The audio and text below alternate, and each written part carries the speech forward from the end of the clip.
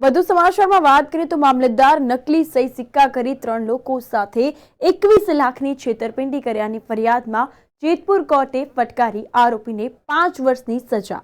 આરોપી બકુલ પરમાર મામલતદાર કચેરીમાં રોજમદારીમાં પટ્ટાવાળા તરીકે નોકરી કરતો હતો।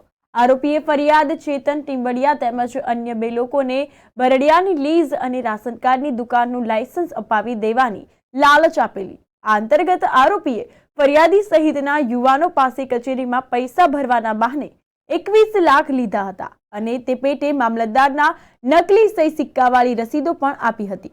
તો સરકારી વકીલ મધુબેન વસાવાની દલીલને આધારે કોર્ટે આરોપીને છેતરપિંડીની ફરિયાદમાં કસૂરવાર માની 5 વર્ષની સખત કેદની સજા ફટકારી। આ કેસમાં સીસી નંબર 807/22 એમાં સેક્શન છે 406, 420, 467, 468, 471। ફરિયાદીનું નામ છે ચેતનભાઈ કરશનભાઈ ટીમ્બડિયા।